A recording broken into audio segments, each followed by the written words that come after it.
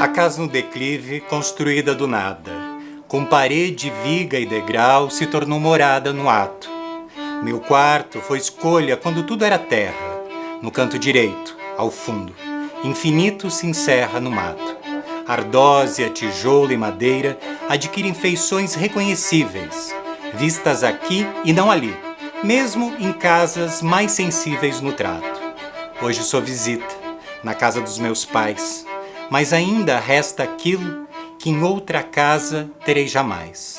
Nós, os quatro.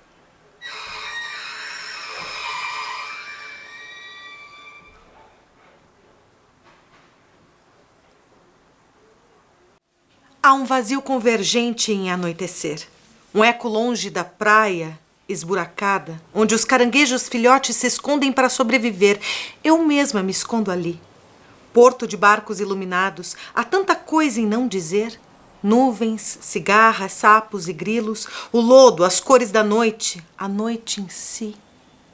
O teu braço no meu ombro, a brisa colando sonhos na pele.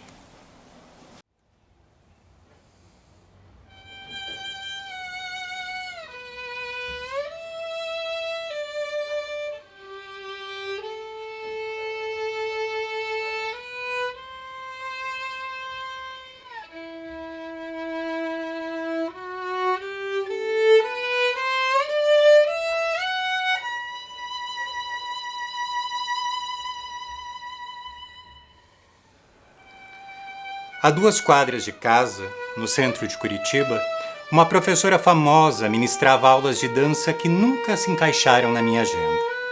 A vida atribulada amontoou o desejo no hall das não prioridades. Tão pertinho, uma hora eu acho uma brecha e vou lá mexer o quadril para desviar a atenção. Em uma dessas tantas voltas que o mundo dá, peguei carona e vim parar em Sydney. Quando começou a pandemia, a professora abriu as aulas online. Quem diria que seria em um carpete australiano que eu entraria no bailinho para aprender os passos cheios de brasilidade. A TV grande da sala funciona como espelho e serve mais para o riso do que para avaliar a performance. Da falta de coordenação, entendo bem. Se bem que dançar nunca foi sobre fazer bonito, mas sobre soltar as amarras da perfeição. As aulas são meus encontrinhos com o Brasil, dos tambores e alambiques, batuques e olodum. Mas nem só de dança vive uma imigrante. Para não atrofiar o português em desuso, me aventurei em aulas online de escrita. Longas jornadas acontecem bem na ponta dos meus dedos e ficam gravadas nas entranhas do computador. Os imprevistos agora são outros. Ninguém se atrasa por conta do trânsito, mas por uma tempestade que derruba, ainda mais, as conexões, por uma reunião que se prolonga sem sair do lugar. Não muda o ponto de encontro ou a calça de pijama. Mudam as pessoas, mudam os temas. A gente inventa novas formas de estar junto. Aprende a interpretar os pixels e a puro olhar sobre as curvas e cicatrizes amaciadas pela falta de resolução. Eu tento me enganar, mas dia desses foi impossível. Minha mãe, presença constante na tela do meu celular, virou o rosto para pegar uma água e a papada denunciou que os 66 anos fazem com a pele e o que a tecnologia ainda não foi capaz de pausar. O efeito do tempo. Vê-la perto dos olhos, mas fora do alcance das mãos, exige mais imaginação. Do cheiro, guardo as lembranças. Eu busco algo dela em tantos abraços e quando vou dormir, peço por aquele sonho da gente juntas, tomando café cedinho, com ovo mexido que ela insistia em fazer com leite porque ficava mais cremoso, dos cachorros ao pé da mesa, implorando por um pedacinho de pão. Às vezes, dividimos cervejas, mas não as ressacas. Faço um esforço absurdo para deixar as ondas sonoras, metalizadas, recriadas pelo meu iPhone antigo, me afetarem como a voz original. A risada vem filtrada, como a alegria condicionada pela saudade. essa peneira sádica que toda hora me lembra que há uns 2 oceanos me separando de casa.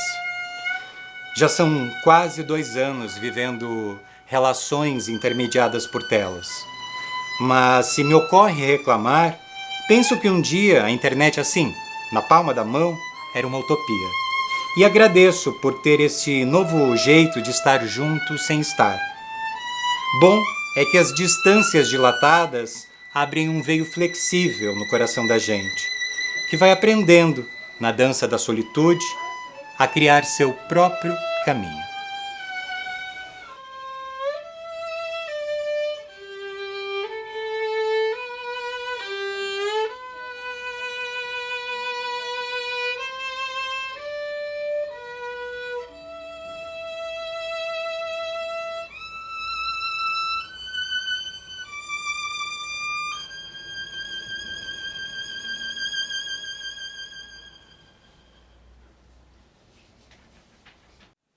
Reza a lenda que João, um ermitão, foi o primeiro morador dessa localidade e ele era tão bravo, que recebia os visitantes armado com espingarda e um facão que mais parecia uma espada. Atirava primeiro e perguntava depois. Era esse seu lema. Numa noite, João foi picado por uma cobra coral e berrou a noite inteira praguejando. Mesmo sendo socorrido, veio a falecer. Com sua morte, muitos vieram visitar sua casa e suas terras e por ali ficaram. Quando perguntavam que lugar era ali, eles diziam, a casa de João Manso. E assim ficou até hoje. Dizem que em noite de lua cheia é possível ouvir os berros praguejantes do João.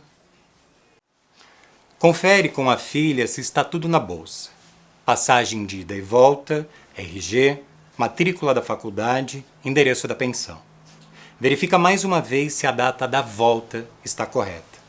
Anunciam a última chamada para o embarque. Ela prende o choro na garganta. No fundo, sabe que essa passagem é sem volta.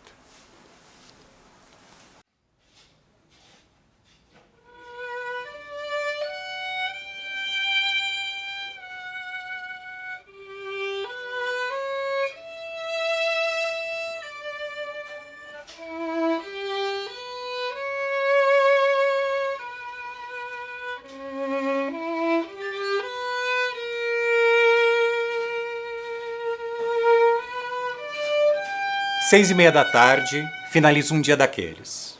Organizo-me para buscar o caçula na casa dos avós. Preciso da minha recompensa. Entro no carro. O cheiro do aromatizante, misturado ao perfume das roupas jogadas no banco de trás, transmitem-me uma sensação de aconchego. Quando penso o quanto batalhei para conquistar esse objeto de desejo, entendo parte do meu apego. Meu carro é meu templo. Enquanto guio pelas ruas periféricas de Curitiba, rezo minha dezena de terço, repasso os acontecimentos, lamento os tropeços do dia, falo sozinha. Agradeço ao Isofilme pela privacidade mínima concedida. Ao dirigir, sinto-me liberta do confinamento imposto e tenho a falsa sensação de liberdade. Guiando o possante pela Rua Francisco de Rosso, sou tomada por uma miopia intencional. Só vejo o que quero. Não há preocupação com os detalhes e a ansiedade de controlar tudo desaparece. Observo os transeuntes e imagino suas vidas, suas lutas. Não me concentro em nada por mais de 10 segundos. Mentalmente, oriento o ciclista que trafega muito ao centro da pista e ouço e canto as minhas músicas. Volume elevado, quando o carro está em movimento, e ao parar no semáforo, diminuo imediatamente os decibéis. A insegurança quanto às minhas inclinações artístico-musicais orienta-me a fazê-lo. Evito olhar para os lados e correr o risco de deparar-me com conhecidos. Quando estou no carro, não quero distrações. Estou na minha terapia diária de 20 minutos. A poltrona é o meu divã. E ali confesso, em voz alta, minhas frustrações, planejo discursos que jamais serão proferidos, ajo como a pessoa mais bem resolvida do mundo. Chegando ao meu destino, Uma estranha sensação de mau humor toma conta. Terei de reassumir minhas posições sociais, reiniciar o terceiro turno do dia. Gostaria de dirigir mais. Meu querido carro poderia levar-me por horas a fio pelas estradas do descompromisso, do ócio, da liberdade.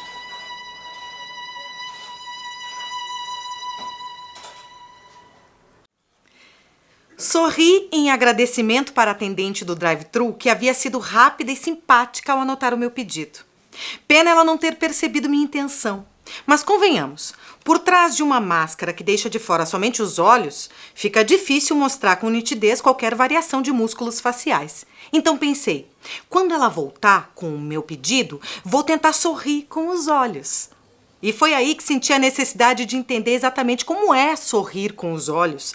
Enquanto ela preparava o hambúrguer, me peguei ensaiando no espelho retrovisor o gesto ocular que mostrasse meu melhor sorriso. Foi muito difícil, mas eu queria demonstrar alegria por ser bem atendida, de maneira que quando a moça voltou à janela para entregar o pacote, eu fiz o meu melhor. Foi um misto de arregalar os olhos e tentar mostrar o quanto eu estava grata, e a pobre atendente tomou um susto. Pude ver isso na expressão dela, que não pôde conter a pergunta: "O que foi, senhora? Não está se sentindo bem?" Aff, que constrangimento. Voltei para casa pensando em como sorrir, como respirar, como falar, em como agir com aquela coisa colada em meu rosto. Pelo visto para sempre, até que se prove o contrário. E tentei fazer um balanço de como é tratada, usada, descartada e tudo que eu havia visto sobre a famosa máscara. Esse adereço que já faz parte do nosso cotidiano, pelo menos do cotidiano das pessoas de bom senso. Como esquecer, por exemplo, da imagem daquele homem completamente nu desfilando no centro de Londres apenas com uma máscara cobrindo suas partes íntimas? O fato ocorreu em agosto passado, quando o número de mortos na Inglaterra chegou a 45 mil e o governo exigiu o uso do adereço no rosto. O que se passou na cabeça daquele rapaz, o atleta de parkour Tim Schiff, para sair às ruas vestindo apenas uma máscara? Ele não explicou para a imprensa se era um protesto contra a exigência, uma forma de se exibir, uma estratégia de autopromoção, sabe-se lá. O fato é que lá se foi a máscara por ruas londrinas, protegendo apenas o que talvez aquele homem pense ser a única coisa que ele deva proteger. Vai saber. Outro dia vi duas senhoras, já bem velhinhas, conversando na calçada. As duas tinham igualmente cabelos brancos, ombros arqueados para frente, muito provavelmente pelo peso da idade, e máscaras mal colocadas. Uma estava com uma estampada bem moderninha, só cobrindo o nariz. Sim, a boca estava desprotegida. E a amiga com uma máscara branca, dessas descartáveis, muito bem colocada no queixo. Ok, não vi o começo da conversa e nem o encontro entre as duas. Talvez a tivessem removido do uso correto para que a conversa fluísse melhor. Mas pergunto, era para estarem na rua, conversando, fingindo usar proteção? O melhor, ou o pior, no entanto, foi observar dias depois em uma farmácia a compra de máscaras realizada por uma moça e sua filhinha de 5 anos. Prestei atenção e por isso sei dos detalhes. A mulher tentava convencer a filha a levar a máscara rosa, mas a menina queria azul. Morri de medo que a mãe dissesse na hora que menina veste rosa e menino veste azul. Seria muito trágico ouvir isso novamente. Respirei um pouco mais aliviada quando soube que a negativa era por outra razão. A máscara rosa combinaria com o vestido que a criança usaria na sua festa de aniversário. Mas por que? Respirei com mais tranquilidade. A mulher estava preparando uma festa e a máscara seria usada mais como enfeite do que como um instrumento de proteção. Por fim, a escolhida foi a rosa mesmo, que era grande para a garota e dançava entre nariz e boca da criança. O que me fez pensar que fatalmente seria deixada de lado no início da festa. E minha indignação maior, ainda, era por um detalhe mais avassalador. Ali, na farmácia, local onde transitam pessoas que podem estar doentes, mulher e filha estavam sem máscara. Por fim, para complicar, me veio à mente o título dos 4 volumes do magnífico trabalho do mitólogo Joseph Campbell, intitulado As Máscaras de Deus, onde o autor apresenta as origens da mitologia, de rituais e da diáspora da humanidade em busca da identidade das muitas culturas existentes e extintas ao longo da nossa história. Nada a ver uma coisa com a outra, mas por um segundo pensei no sentido figurado, comparado àquilo que essa reles máscara que hoje usamos podia provocar no rosto e na alma das pessoas, entrando assim na vida da gente sem pedir licença. Pois essas não são, definitivamente, máscaras de Deus.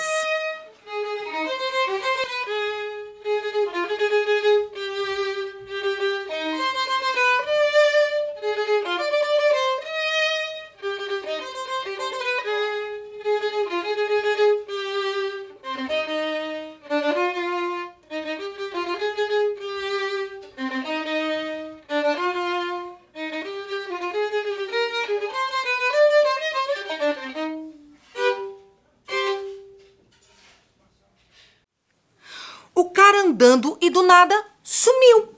Escafedeu. Puf! Saca aquele barulho quando a coisa some? Será que foi abduzido?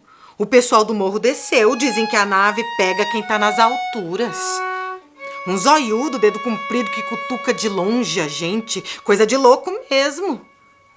Nada disso, bigode. Vou te contar como foi. Puf! Por isso que eu quero me mudar de chá de sumiço.